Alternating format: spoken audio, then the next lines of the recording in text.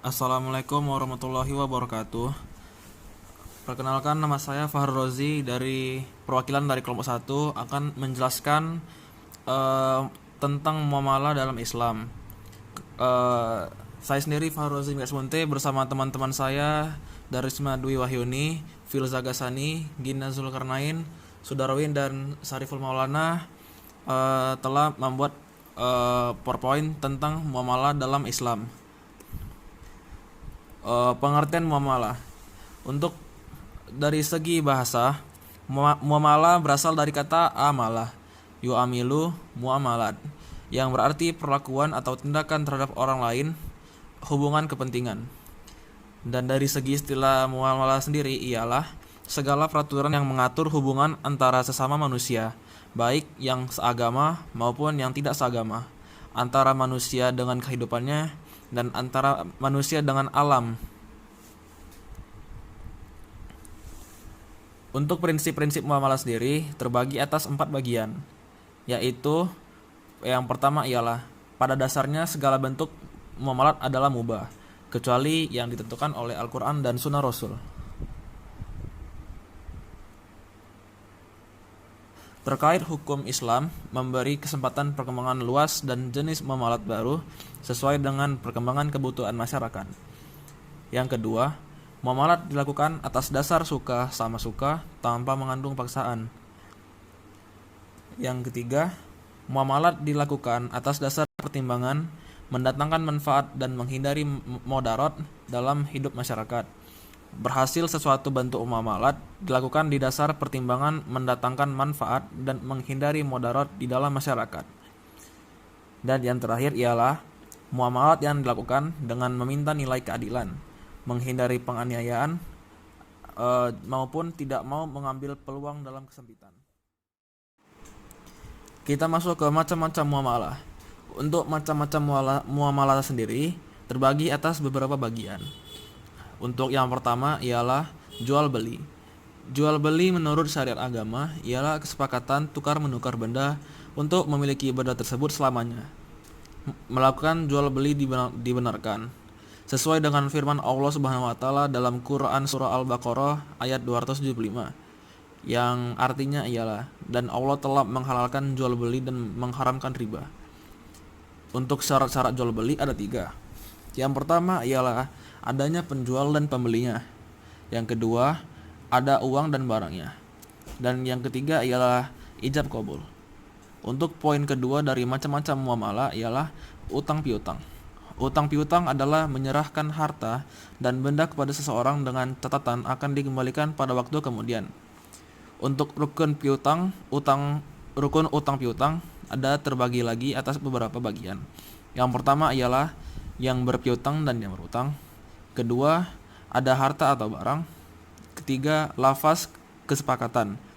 Untuk menghindari keributan di belakang hari, Allah Subhanahu wa taala menyarankan agar kita mencatat dengan baik utang piutang yang kita lakukan. Untuk macam-macam muamalah yang ketiga ialah khiyar. Khiyar adalah bebas memutuskan antara meneruskan jual beli atau membatalkannya. Islam memperbolehkan melakukan khiyar karena jual beli haruslah berdasarkan suka sama suka tanpa ada unsur paksaan sedikit pun. Untuk macam-macam khiyar ada beberapa jenisnya. Yang pertama ialah khiyar majelis.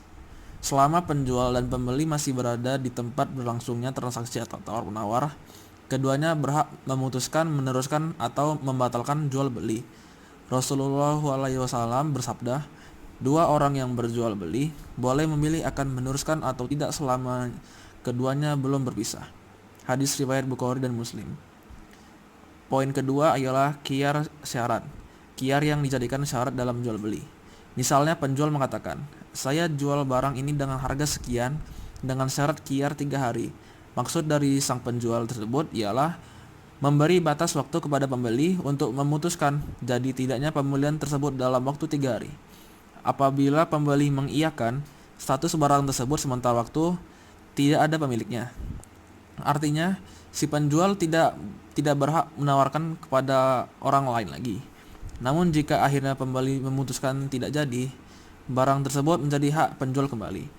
Rasulullah SAW bersabda kepada seorang lelaki, engkau boleh khiyar pada segala barang yang engkau beli selama 3 hari 3 malam. Hadis riwayat Baihaqi dan Ibnu Majah. Yang ketiga ialah khiyar aib atau cacat. Pembeli boleh mengembalikan barang yang dibelinya jika terdapat cacat yang dapat mengurangi kualitas atau nilai barang tersebut. Namun hendaknya dilakukan sesegera mungkin. Poin keempat dari jenis-jenis dari muamalah ialah riba. Riba adalah bunga uang atau nilai lebih atas penukaran barang. Hal ini sering terjadi dalam pertukaran bahan makanan, perak, emas, dan pinjam meminjam. Riba apapun bentuknya dalam syariat Islam hukumnya haram. Macam-macam riba. Macam-macam dari riba sendiri ada beberapa macam. Yang pertama ialah riba fadli. Adalah pertukaran barang sejenis yang tidak sama timbangannya. Misalnya cincin emas 22 karat seberat 10 gram ditukar dengan emas 22 karat namun seberat 11 gram. Kelebihannya itu yang termasuk dari riba. Yang kedua ialah riba kordi. Atau riba kordi sendiri ialah pinjam meminjam dengan syarat harus memberi kelebihan saat mengembalikannya. Misal, si A bersedia meminjami si B uang sebesar 100.000. Asal si B bersedia mengembalikannya sebesar 115.000, bunga pinjaman itu bisa disebut dengan riba. Yang C ialah riba yadi. Riba yadi sendiri ialah akad jual beli barang sejenis dan sama timbangannya. Namun, penjual dan pembeli berpisah sebelum melakukan serah terima, seperti penjualan kacang, ketela yang masih dalam tanah. Poin keempat ialah riba nasi'ah. Maksud dari riba nasi'ah ialah akad jual beli dengan penyerahan barang beberapa waktu kemudian. Misalnya, membeli buah-buahan yang masih kecil-kecil di pohonnya, kemudian diserahkan setelah besar-besar atau setelah layak dipetik. Atau bisa juga seperti membeli padi di musim kemarau tetapi diserahkan setelah panen. Poin kelima ialah sewa menyewa. Sewa menyewa dalam fikih Islam disebut ijarah. Artinya imbalan yang harus diterima oleh seseorang atas jasa yang diberikannya. Jasa di sini bisa berupa penyediaan tenaga dan pikiran, tempat tinggal, ataupun hewan. Syarat dan rukun sewa menyewa ada 7. Yang pertama ialah yang menyewakan dan yang menyewa haruslah telah balik dan berakal sehat. Yang kedua, sewa menyewa dilangsungkan atas kemauan masing-masing, bukan karena dipaksa. Yang ketiga, barang tersebut menjadi hak sepenuhnya orang yang menyewakan atau walinya. Keempat, ditentukan barang serta keadaan dan sifat-sifatnya. Yang kelima, manfaat yang akan diambil dari barang tersebut harus diketahui secara jelas oleh kedua belah pihak. Poin keenam dari jenis-jenis muamalah ialah syirkah. Syirkah adalah suatu akad yang dilakukan oleh dua pihak atau lebih yang bersepakat untuk melakukan suatu usaha dengan tujuan memperoleh keuntungan. Rukun dan syarat syirkah ada beberapa. Di sini saya hanya menjelaskan dua. Yang pertama ialah dua belah pihak yang berakad. Kedua, objek akad yang disebut juga maqud alaihi mencakup pekerjaan modal. Ketiga, akad atau yang disebut dengan istilah sigat. Untuk macam-macam syirkah ada 3 juga, ada 4.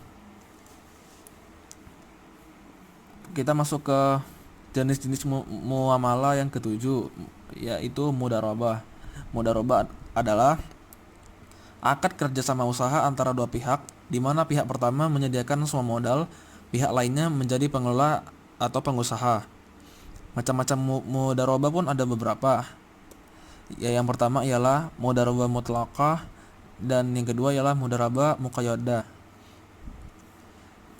Untuk poin ke-8 dari jenis-jenis muamalah ialah musaqah, muzarah dan muqabarah.